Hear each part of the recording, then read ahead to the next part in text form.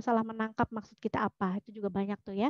Jadi komunikasi ini memang amat sangat penting di dunia kerja. Apalagi misalnya ada atasan kita yang menyuruh kita untuk presentasi nih. Besok kamu presentasi ya.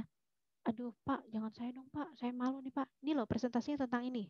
Bosnya nggak mau denger nih penjelasan karyawannya kenapa gitu ya, nggak menolak presentasi.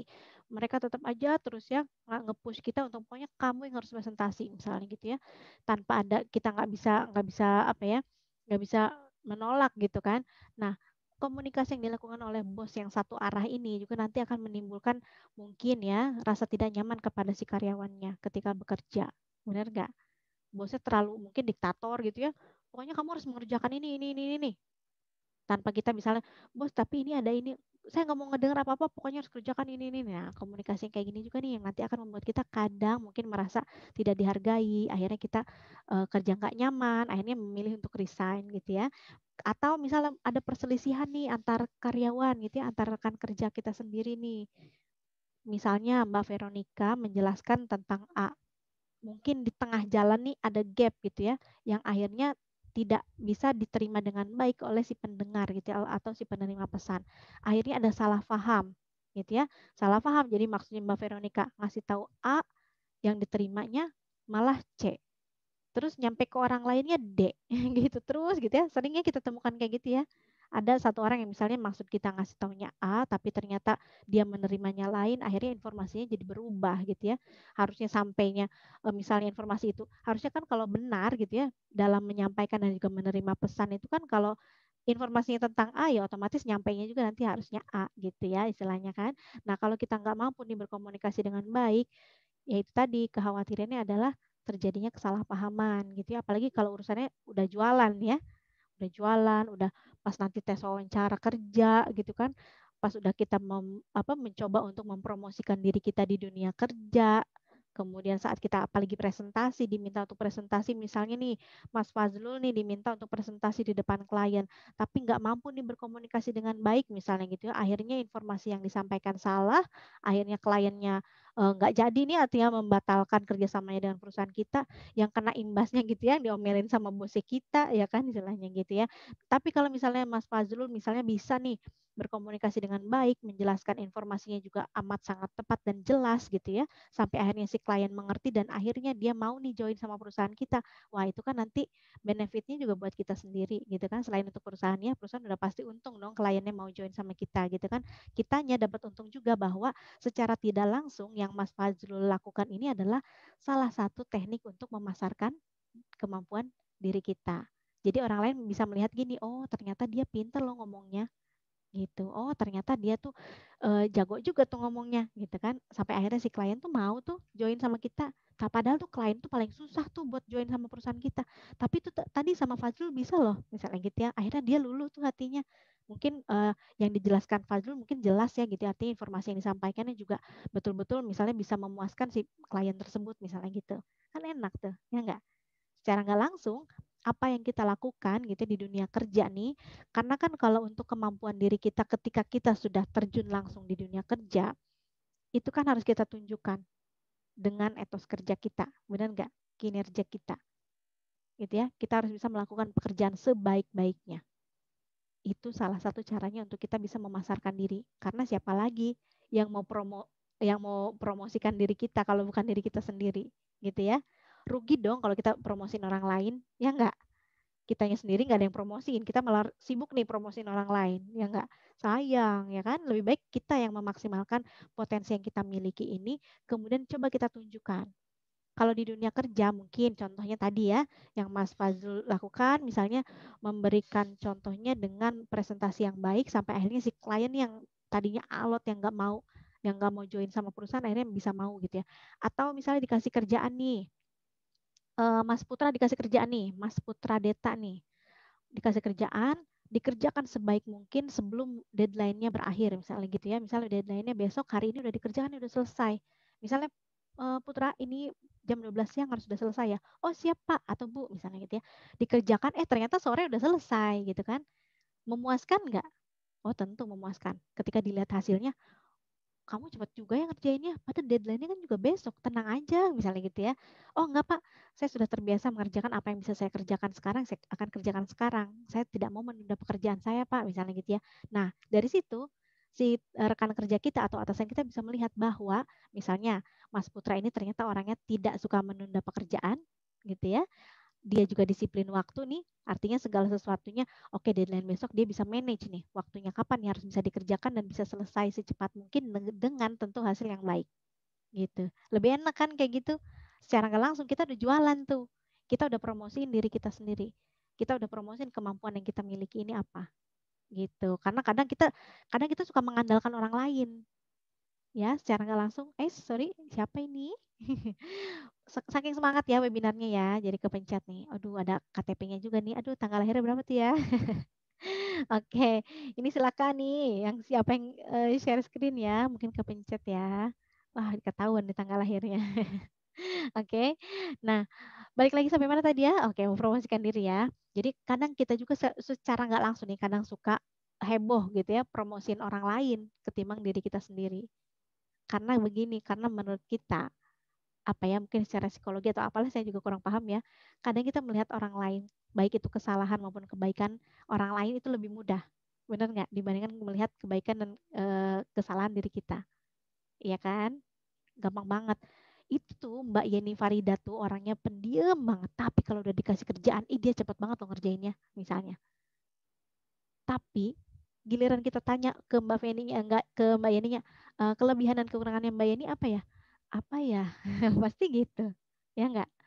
Biasanya agak sulit untuk menilai diri kita sendiri. Lebih mudah untuk menilai orang lain. Tapi kalau dalam kerjaan, di dunia kerja, cara seperti ini sayang sekali kalau dilakukan. Kenapa? Karena nanti yang diuntungkan orang lain, bukan kita. Gitu ya.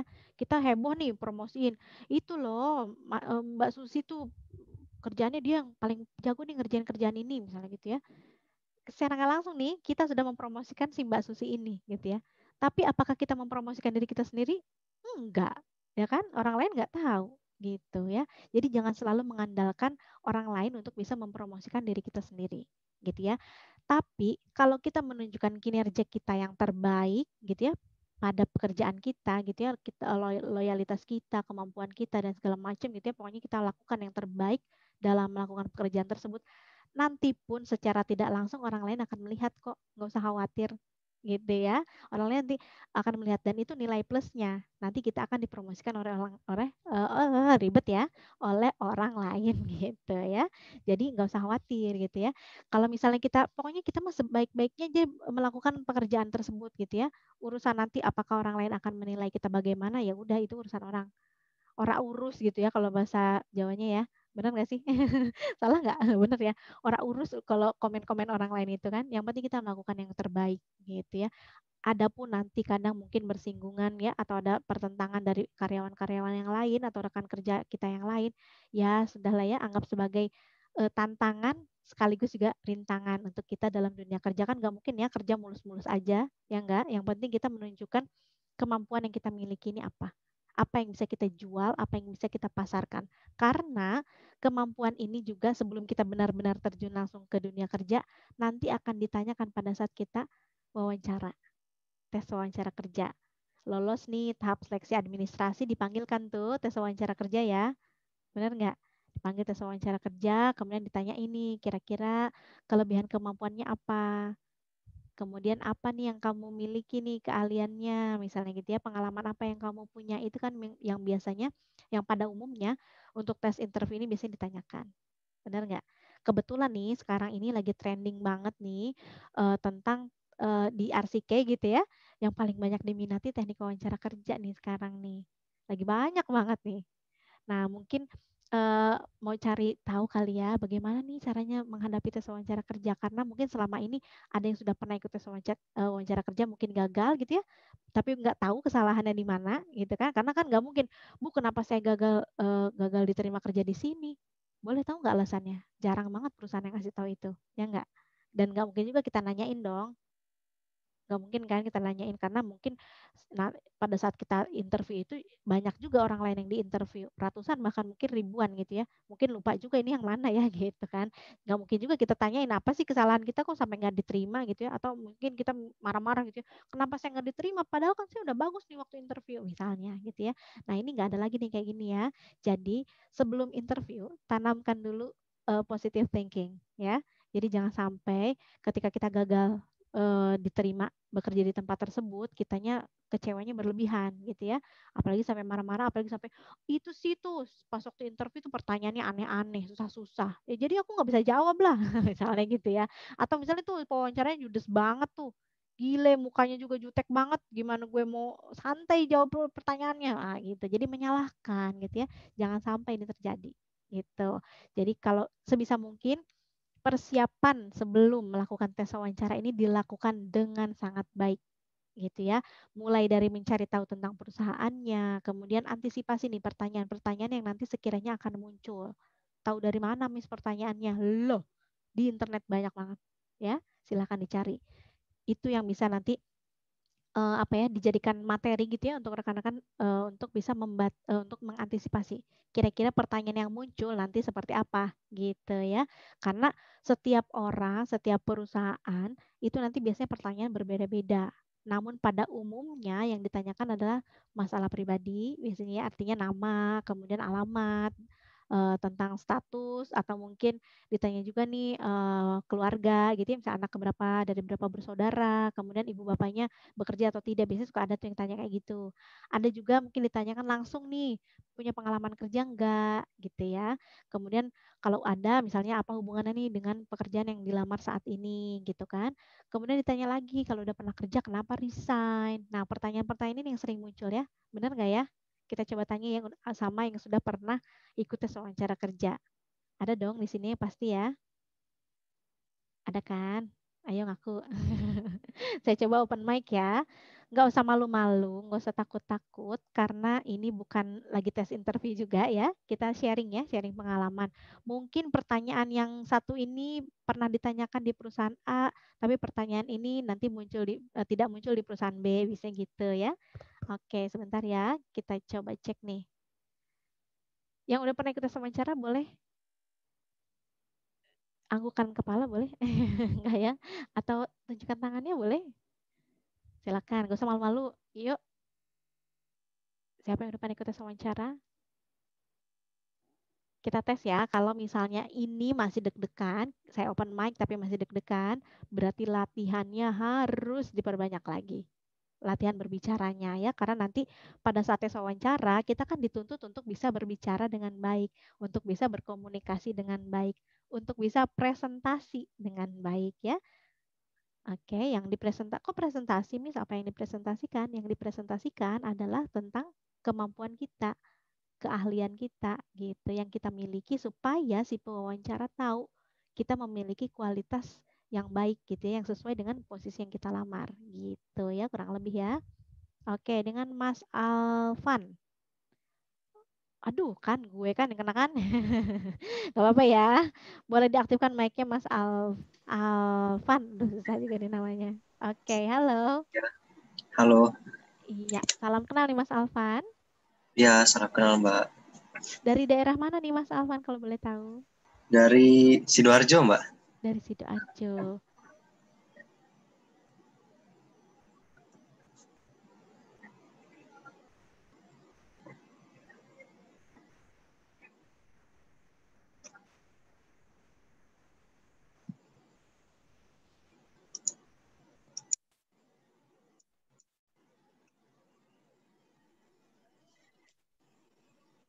Oke. Mohon maaf nih, terputus jaringannya. Oke, Mas Alvan dari Sidoarjo. Udah pernah ikut tes wawancara? Ya, sudah Mbak. Sudah ya. Iya. Pertanyaan yang muncul waktu itu apa? Pertanyaannya ini Mbak, Hmm? diminta perkenalan diri, Oke, betul. terus Kemudian, ya sama ada keluarga. Nah, terus keluarga, baru apa yang kamu ketahui tentang perusahaan. biografi perusahaan ya ditanyain. Kemudian apa lagi? Terus kompetensi yang dimiliki apa aja gitu. Mm, Nah, oke. terus pengalaman magang Ya. atau kerja. Sama yang terakhir itu ini Mbak, kayak case psikologi gitu. Oke. Apa tuh waktu itu? Boleh dong sharing? Ditanya apa? Oh, kalau itu ditanyanya kalau misal nanti Hmm? di kantor ada atasan yang minta nota kosong, apakah kamu Oke. mau memberikan atau tidak gitu. Oke. Terus waktu itu Mas Alvan jawabannya apa nih? Jawab tidak. Oke. Enggak ya? Ya kali jawab ya. Kalau jawab ya udah teman nanti udah deh pulang aja kali gitu ya. Iya Gimana Mbak. sih kamu nih? Kata gitu ya. Oke, ini pekerjaannya di bidang apa nih Mas Alvan kalau boleh tahu melamar waktu itu? Sebagai apa? Kemarin lamar di bidang penerbangan Mbak. Oke, penerbangan ya. Iya. Kemudian diminta nota kosong ya. Gimana tuh ya gitu. Tapi udah bisa ya menjawabnya ya. Iya Mbak. Bisa artinya menyelesaikan kasus yang diberikan tersebut gitu ya, menjawabnya sebisa mungkin menurut Mas Alvan itu yang terbaik jawabannya ya. Tapi selain itu Iya. nggak ada pertanyaan yang aneh-aneh ya. Artinya nggak ada yang susah gitu. Nggak ada Mbak. Nggak ada ya, semua bisa dijawab ya. Iya. Gugup nggak waktu itu? Gugup Mbak waktu itu. Gugup. Mengatasinya gimana tuh Mas Alvan? Kalau setelah mengikuti pelatihan RCK, Gaya banget. Gaya. ya saya Oke, pelajari ya ini apa? Persiapannya harus lebih matang, terus betul. eh, penampilannya diusahakan yang bersih, tidak terlambat. Mm-mm. Terus Udah di duduk yang rileks ya, betul. dan apa Berat. bisa menggunakan gestur tubuh gitu Mbak. Iya, benar banget. Jadi bisa ya nanti diaplikasikan ya di wawancara selanjutnya berarti mudah-mudahan bisa lolos gitu ya setelah Amin. menerapkan semuanya ya. Mudah-mudahan nanti ada lowongan kerja lagi coba lagi kan siapa tahu ya rezekinya di situ Amin. ya kan. Oke, Iya makasih Mbak. Mas Alvan. Alvan salah. Alvan. Iya, makasih ya. Oke, kita coba lagi satu lagi nih. Ladies. Mana ya ladies ya?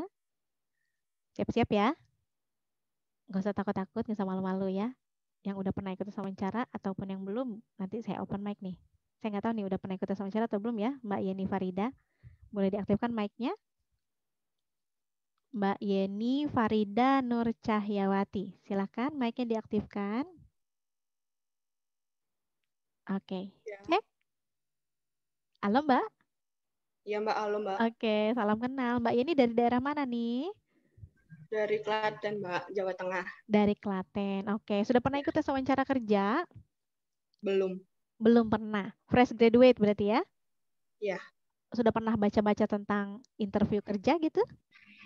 udah. Sudah pernah ya. Terus gimana menurut Mbak Yeni apa yang harus dipersiapkan? Mental aja sih biar nggak grogi. Mental. Oke, kemudian apa lagi? Terus sebelum berangkat ya persiapan materi biar yang kita omongin sama HRD-nya itu jelas, nggak ae gitu.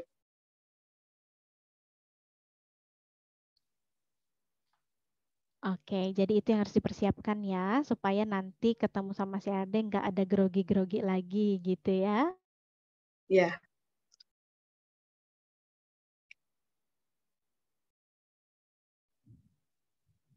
Oke, mohon maaf nih, jaringannya hilang-hilangan terus. Oke, karena kalau grogi ini selalu pasti ada ya, selalu pasti ada. Setiap orang mengatasinya berbeda-beda caranya. Kalau waktu itu pernah magang atau gimana? Mbak Yeni udah pernah belum? Magang mungkin udah, gitu? Udah udah. pernah ya. Jadi kurang lebih sudah tahu ya bagaimana situasi di dunia kerja gitu ya. Waktu itu Ya. yang Mbak Yeni lihat orang-orang di sekitar Mbak Yeni ini bagaimana cara memasarkan dirinya mereka.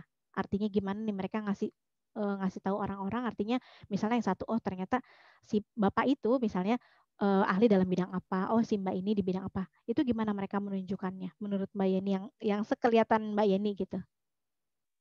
Eh, Gimana tuh? dari cara bicaranya itu udah nunjukin kalau bapaknya itu tuh orangnya tuh disiplin, tegas seperti itu. Oke, Jadi udah kalau kelihatan ya. kita ditanya nggak serius jawabnya tuh kayak dinilai terlalu main-main, nggak serius. Oke, berarti udah mereka menunjukkan ya, artinya Mbak Yeni udah bisa menilai gitu ya kemampuan yang mereka miliki itu seperti apa, gitu ya. Jadi udah kebayang kan kalau nanti kerja gimana gitu ya. Minimal itu dulu tuh ya. Oke, makasih banyak ya Mbak Yeni ya sharingnya ya. Kita coba dari itu ya tadi berkaitan dengan yang saya tanyakan terakhir ke Mbak Yeni adalah tentang itu kemampuan memasarkan kemampuan diri kita. Itu tadi, misalnya kita melihat nih orang lain menunjukkannya, kelihatannya kayaknya aduh itu disiplin karena orang tersebut mungkin menunjukkan hal tersebut kepada kita. Jadi kita bisa menilai bahwa memang oh iya Bapak itu ternyata orang yang disiplin tuh, misalnya gitu ya. Atau Bapak itu orangnya tegas tuh. Kenapa kita bisa bilang begitu? Karena mereka menunjukkan. Gitu ya, berkaitan dengan personal branding nih. Kalau personal branding, kalau nggak kita tunjukkan, kita nggak akan tahu gitu ya. Orang lain nggak akan tahu kita punya kemampuan apa gitu.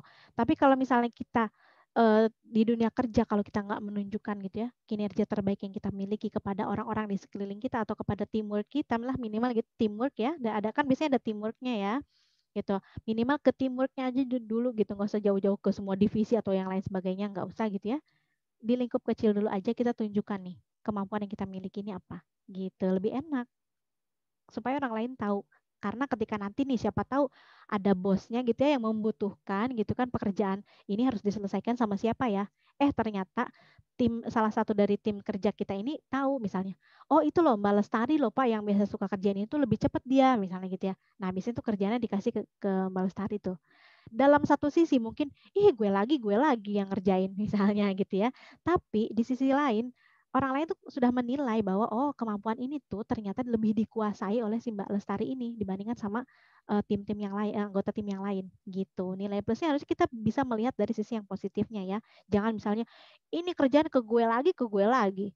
Kok dia nggak pernah kerja gue lagi gitu ya. Mungkin kita melihatnya seperti itu, mungkin karena kelelahan dan lain sebagainya kita melihatnya dari sudut pandang seperti itu. Tapi kalau kita lihat dari sisi lainnya gitu ya, kita berarti sudah dinilai kita mempunyai kualitas gitu ya, kita mempunyai kemampuan di atas rata-rata gitu, kemampuan dibandingkan anggota tim yang lain. Itu nilai plusnya yang harus bisa kita ambil sebetulnya. Kita harusnya bersyukur gitu ya, oh ya berarti orang lain udah tahu nih kerjaan gue ini kayak gimana gitu ya. Kemudian tadi di pada tes wawancara ini susah-susah gampangnya yaitu tadi karena kadang suka ada rasa grogi yang belum bisa kita manage, akhirnya jawaban yang keluar tuh kadang suka nggak sesuai ekspektasi kita. Di rumah udah yakin nih, udah latihan gitu ya. Tapi ternyata groginya belum hilang-hilang juga nih. Nah, kadang suka yang ditanya apa, jawabnya apa gitu ya. Suka ada yang kayak gitu ya. Itu nggak apa-apa, wajar sekali ya, manusiawi deg-degan ini atau gugup ini itu manusiawi sekali, nggak apa-apa. Tapi nanti kita harus bisa kelola itu karena nggak mungkin kalau misalnya kita menghadapi tes wawancara, kalau kita kalah sama si rasa gugup atau nervous ini sayang. Momen wawancara ini kan nggak semua orang bisa dapat gitu ya. Belum tentu nih kita melamar dari 10 tempat yang kita ajukan gitu ya, kita masukin lamaran ke 10 tempat tersebut, belum tentu semuanya kita dipanggil. Benar nggak? Ya kan? Minimal 50-50 lah, mungkin 5 yang dipanggil, 5 lolos, 5 enggak, mungkin gitu ya. Jadi harus bisa memanfaatkan kesempatan ini dengan baik. Yang bisa mengelola rasa grogi kita itu yaitu tadi, diri kita sendiri. Tapi rasa grogi ini nanti secara tidak langsung akan berkurang jika kita melakukan persiapan yang matang sebelum interviewnya gitu ya. Lakukan persiapan yang matang, cari informasinya mengenai perusahaan tersebut, cari informasinya tentang job desk yang akan kita lamar tersebut. Misalnya melamar sebagai customer service, kira-kira kalau customer service kerjanya ngapain aja tuh di perusahaan itu, cari tahu dulu. Gitu ya. Kemudian kita juga harus tahu apa tujuan kita kerja di tempat tersebut. Cari duit dong, ya of course. Kita cari duit ya, tapi nggak mungkin kan kita secara gamblang menjelaskan kalau kita memang mau cari duit ya nggak mungkin. Nah, makanya kita harus tahu nih tujuan kita nih apa. Kerja di situ mau ngapain? Apakah mau mengembangkan karir kita gitu ya, atau mau menyalurkan keahlian yang kita miliki, atau kita mau mencari pengalaman, gitu silahkan. Nanti balik lagi ke diri kita. Kira-kira tanya nih sama diri kita sendiri, kamu kerja di situ mau ngapain nih tujuannya?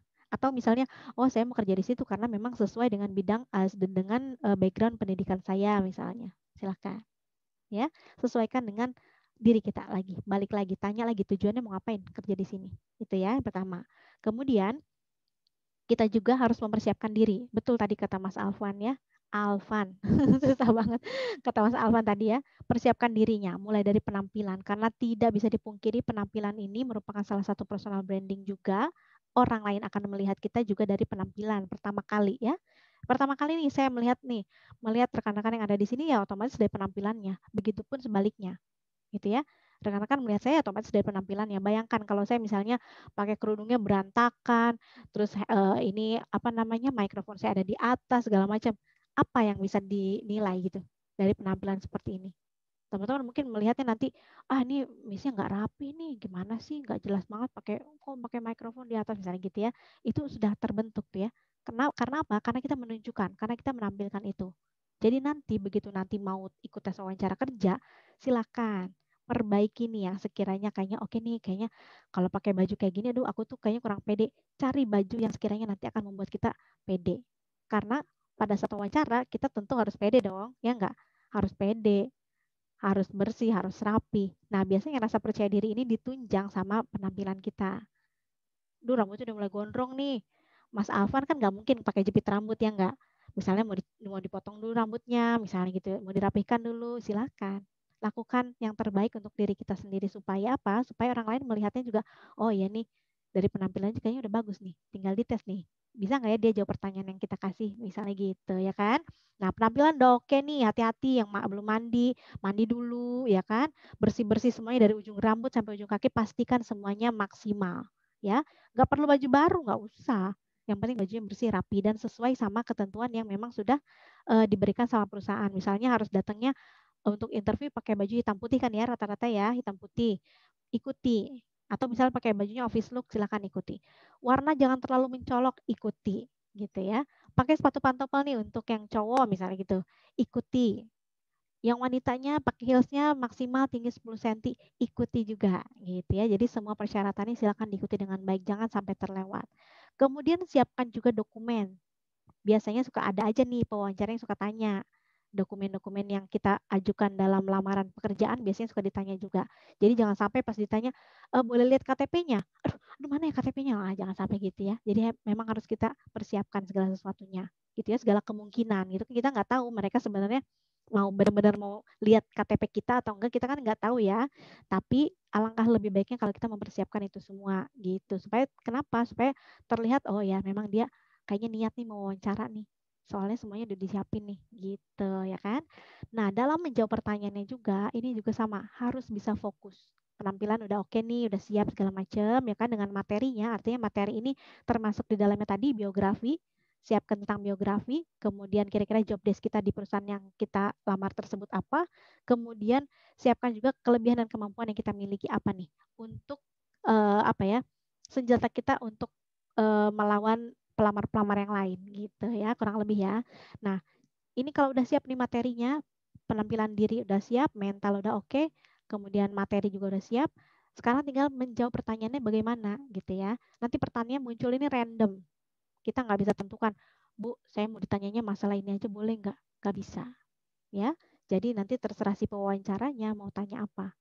Tugas kita adalah menjawab dengan sebaik-baiknya dan harus fokus sama pertanyaannya gitu ya, nggak boleh melebar kemana-mana karena dikhawatirkan itu yang nanti akan menjadi jebakan untuk kita. Kebanyakan orang tuh biasanya gini, iya ikut tes wawancara kerja tapi pertanyaan itu banyak yang ngejebak ya, padahal bukan pertanyaan yang ngejebak, kadang itu datang dari jawaban kita sendiri sebetulnya gitu ya, jawaban yang dari kita yang akhirnya membuat pertanyaan lagi, akhirnya pertanyaan itu ditanyakan sama si pewawancara gitu, makanya jadi akhirnya kita kejebak gitu ya. Nah, hati-hati, jadi ketika nanti menjawab pertanyaan yang diberikan oleh si pewawancara harus bisa fokus ya.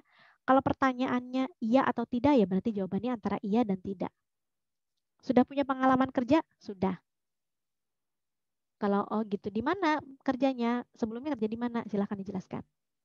Saya sebelumnya bekerja di perusahaan A, misalnya gitu ya. Kalau boleh nyebutin perusahaan, misalnya, dan bekerja sebagai admin, misalnya, gitu ya. Kemudian kalau ditanyakan pengalaman, biasanya tadi ditanyakan apa lagi ya? Tujuan kerja kamu di sini apa? Kemudian ditanya nih, yang kamu tahu perusahaan ini, yang kamu tahu tentang perusahaan ini apa? Misalnya gitu ya. Jadi mereka menanyakan tentang perusahaan ini, kenapa? Karena mereka ingin tahu seberapa besar minat kita terhadap perusahaan tersebut. Biasanya kalau kita amat sangat minat gitu ya, ingin bekerja di situ kan biasanya kita mempersiapkan dengan baik gitu ya. Entah itu tadi mempersiapkan mencari tahu tentang perusahaannya gitu kan. Perusahaan ini misalnya udah bergerak berdiri berapa lama, bergerak dalam bidang apa, pencapaiannya seperti apa, target perusahaannya bagaimana gitu ya.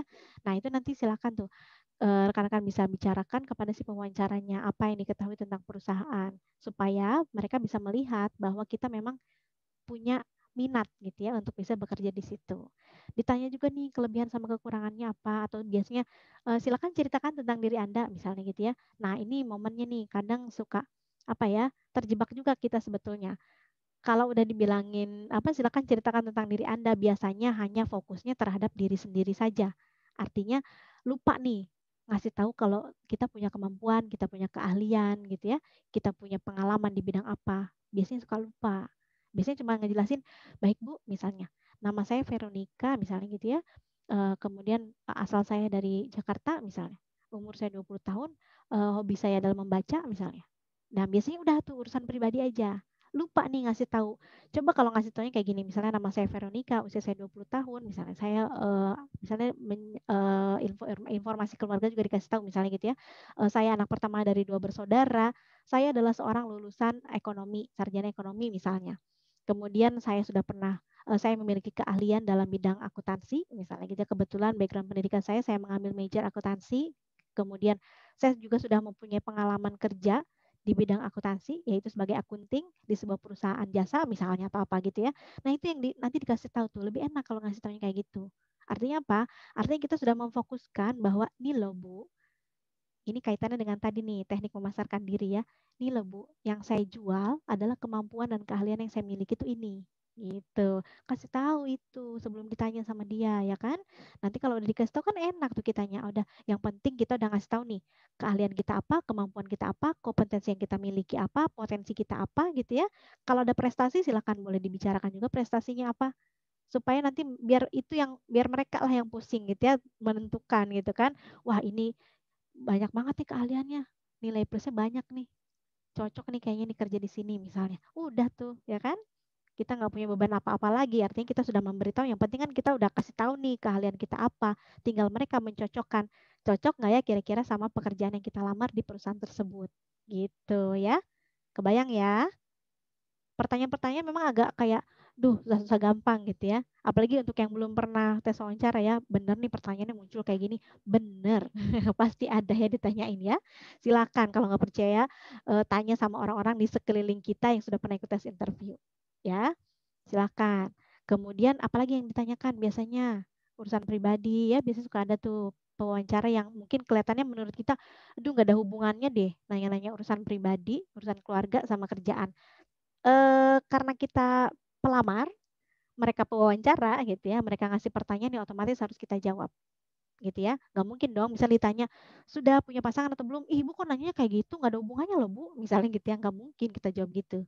Ya mau nggak mau kita harus jawab gitu. Tapi jawaban itu yang nanti akan kita kasih ke mereka harus bisa kita batasi dengan semaksimal mungkin supaya tidak menimbulkan pertanyaan lain gitu ya.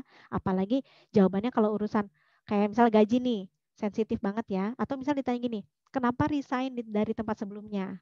Suka ada gitu ya. Kalau kitanya baper, kalau kitanya nggak bisa ngerem, nanti biasanya jawabannya gini, saya resign dari tempat sebelumnya Bu, soalnya eh, saya kurang cocok Bu sama atasannya misalnya. Atau misalnya, ya Bu saya resign dari tempat sebelumnya karena kebetulan gajinya kecil gitu ya. Gimana kalau dibalikin lagi nih sama si pewawancaranya? Memang gaji di sana berapa kok kecil? Nah, gitu ya. Jadi sebenarnya bukan bukan mereka yang menjebak kita sendiri yang menawarkan untuk dijebak gitu ya. Jadi pertanyaan-pertanyaan yang artinya jawaban-jawaban yang kita kasih itu kadang menimbulkan pertanyaan baru untuk mereka. Jadi ada ide di merekanya untuk nanya sama kita gitu ya. Nah, jangan sampai seperti itu.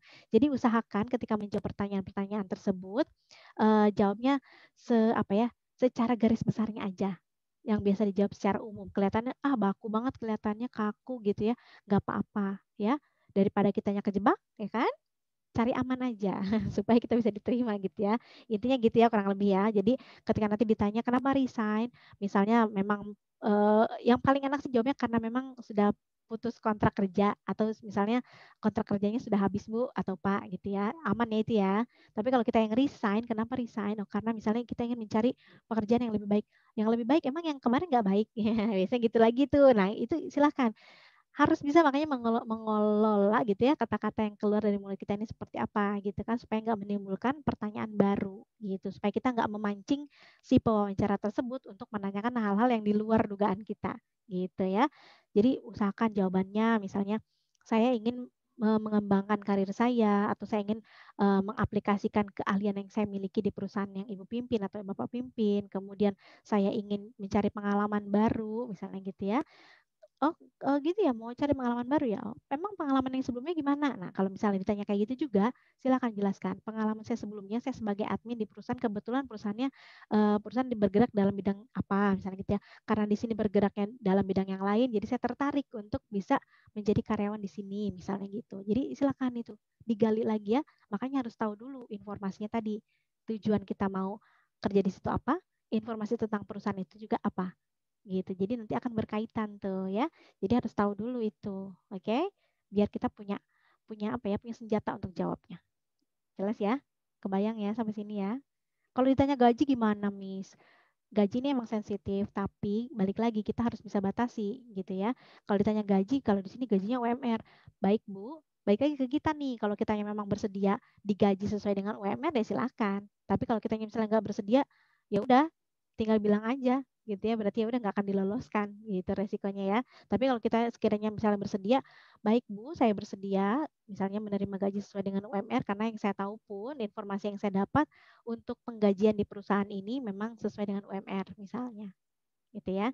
Atau misalnya saya kembalikan lagi Bu untuk penggajian saya kembalikan lagi kepada perusahaan karena saya yakin perusahaan sudah membuat kebijaksanaan dalam menentukan gitu ya besaran atau nominal gaji untuk setiap karyawannya, mungkin berdasarkan kinerja atau basic pendidikannya, atau mungkin dari job levelnya misalnya gitu ya. Jadi dikembalikan lagi. Itu jawaban yang kayaknya klasik, standar banget. Tapi memang itu yang kita perlukan untuk menjawabnya. Nggak mungkin dong, Mas Dasril ini gajinya mau berapa ya? Saya mau 15 juta boleh nggak, Bu? Nggak mungkin jawab gitu. Ya nggak? Kamu 15 juta, kamu keahliannya apa? Prestasi yang kamu punya apa? Nah, nanti digituin kitanya ya kan. Jadi untuk penggajian jawab sestandar mungkin gitu ya. Secara umumnya aja. Kita ambilnya cari aman ya. Karena kan kita berharapnya jawaban yang kita kasih itu tidak menimbulkan pertanyaan lagi dan bisa diterima sama si pewawancaranya. Gitu ya. Aduh, masih banyak banget ya pertanyaannya ya yang bisa dibahas satu persatu. Tapi intinya itu tadi ya, sebelum wawancara harus ada persiapan. Materi, persiapan diri, persiapan mental. Oke, tanamkan positive thinking. Gitu ya, itu intinya ya. Kemudian pada saat tes wawancaranya, silakan atasi rasa gugupnya dengan cara terbaik menurut diri kita masing-masing. Gak bisa nih, saya misalnya Mas Amri, pokoknya biar tenang Mas Amri itu harus telepon orang terdekat dulu, pasti tenang. Boro-boro tenang, misalnya tiba-tiba dapat kabar yang gak enak misalnya gitu, makin runyam ya kan, boro-boro bisa tenang jadinya kan, mau wawancara malah jadi kepikiran orang rumah gitu kan. Jadi setiap orang mengatasi rasa gugupnya ini dengan cara yang berbeda-beda. Silakan kembalikan lagi kepada diri kita, kira-kira yang bikin kita tenang ini apa gitu ya. Jadi nggak bisa mengikuti apa ya betul-betul 100% diikuti saran atau tips yang ada di internet atau mungkin saran dari saya gitu, nggak bisa juga ya. Tapi pada umumnya biasanya suka tarik nafas, buang nafas gitu ya, berdoa itu udah pasti ya. Biasanya rata-rata suka bikin orang tenang gitu ya. Pada umumnya orang-orang itu bilang nih kalau misalnya ditanya gimana mengatasi rasa gugupnya itu tadi biasanya duduk santai gitu ya, relax, anggap wawancaranya sebagai teman kita, jangan takut. Kalau takut lihat matanya mungkin lihat apa ya ini ya antara alis nih ya mungkin gitu ya, lihat keningnya atau lihat pipinya, lihat bibirnya dan lain sebagainya gitu ya. Itu kita sendiri yang tahu caranya mengatasi rasa gugup itu bagaimana. Tips-tips di luar sana hanya mungkin apa ya ide saja gitu ya untuk kita bisa nggak nih kita cocok nggak nih sama tips-tips tersebut gitu ya. Kalau ada yang cocok silakan dilaksanakan gitu ya. Oke? Dan harus fokus ya jawab pertanyaan pada saat wawancaranya. Jangan kemana-mana, jangan melebar gitu ya. Khawatirnya itu menjadi jebakan tadi. Oke, jelas ya? Yang paling penting sebelum wawancara yang harus diketahui adalah kemampuan apa yang kita miliki. Karena itu yang menjadi nilai jual kita. Gitu, oke? Banyak banget ya. Masih banyak sebenarnya, aduh yang bisa dibahas nih. Tapi karena terbentur waktu ya, sudah lebih dari 40 menit nih. Oke, sebelumnya saya juga mau ingatkan nih mengenai centang hijau. Sabar ya. Informasi terakhir yang kami dapatkan yaitu sedang ada maintenance untuk pihak sekolahmu ya mengenai sistemnya. Jadi tolong bersabar, yang masih belum bisa centang hijau silakan dicoba lagi, dan coba lagi. Tetap semangat dalam mencobanya dan terus positive thinking ya. Sabar karena banyak kan kok yang komplain ke hotline kita katanya bilang nggak bisa centang hijau, kemudian kalau nggak centang hijau sertifikatnya nggak masuk-masuk dashboard, akhirnya dana insentifnya nggak cair-cair gitu ya katanya ya. Tapi sabar ya, semuanya butuh waktu dan juga butuh proses. Silakan dicoba-coba terus gitu ya, sambil dibarengi doa ya. Mudah-mudahan sistemnya juga, karena kan sistemnya cuma satu ya, artinya servernya satu yang mengakses ribuan, kebayang dong. Kita aja manusia gitu ya. Aduh nggak kebayang kalau saya ya. Kayaknya udah ngebul, udah nggak ngebul aja udah syukur gitu ya. Itu nggak kebayang dong sistemnya server satu yang akses banyak banget dan mungkin secara bersamaan gitu ya. Jadi itu yang mungkin menyebabkan ada kendala gitu ya pada sistemnya. Jadi harap bersabar, tunggu aja nanti udah waktunya. Terus semuanya kan sistemnya udah terkomputerisasi ya, jadi nggak secara manual gitu. Jadi nggak misalnya nunggu centang hijau terus kita yang laporin, enggak. Semuanya udah tersinkronisasi. Jadi jangan khawatir, udah otomatis. Jadi kalau mengerjakannya udah selesai, otomatis 100%, otomatis nanti ke link langsung tuh gitu ya antara sekolahmu dan prakerja dan juga RCK, ini pelatihan yang RCK kasih gitu ya. Jadi tenang, jangan khawatir. Oke, tunggu aja sertifikatnya masuk dashboard. Kemudian kabar gembiranya adalah rekan-rekan bisa mendapatkan beasiswa nih dari RCK jika rekan-rekan mengambil minimal 4 judul communication seriesnya RCK. Oke, nanti kalau udah ikut beasiswa, dapat beasiswanya, bisa ikut kelas bahasa Inggris online gratis, kemudian bisa dapat laptop juga untuk penunjang belajar, handphone juga, kemudian ada voucher dan juga kuota, pulsa dan lain sebagainya ya. Silakan diintip ya IG-nya RCK @RCK dan juga kelas online gratisnya di YouTube ada ya. Boleh dilihat-lihat, oke. Kemudian jangan lupa ini di screenshot ya. Untuk screenshotnya harus ada wajah teman-teman dan juga ada wajah saya. Jangan kosong gitu ya, jangan ada wajah, jangan sampai nggak ada wajah kitanya. Sayang dong, ya kan?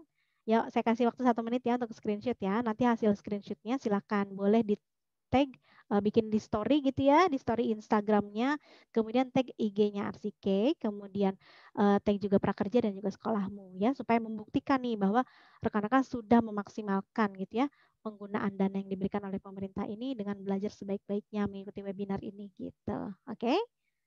Sudah di screenshot? Oke, kalau sudah, terima kasih banyak ya atas waktunya ya. Happy weekend. Mudah-mudahan sehat selalu dan mudah-mudahan ilmunya walaupun sedikit bisa bermanfaat ya. Dan terima kasih banyak. Kemudian jangan lupa masih pandemi, keluar rumah maskernya dipakai ya. Makasih banyak loh yang masih pakai masker ya kalau yang keluar rumah. Kemudian sering-sering cuci tangan juga dan juga jaga jarak. Oke, terima kasih. Sampai jumpa di lain kesempatan. Salam progres.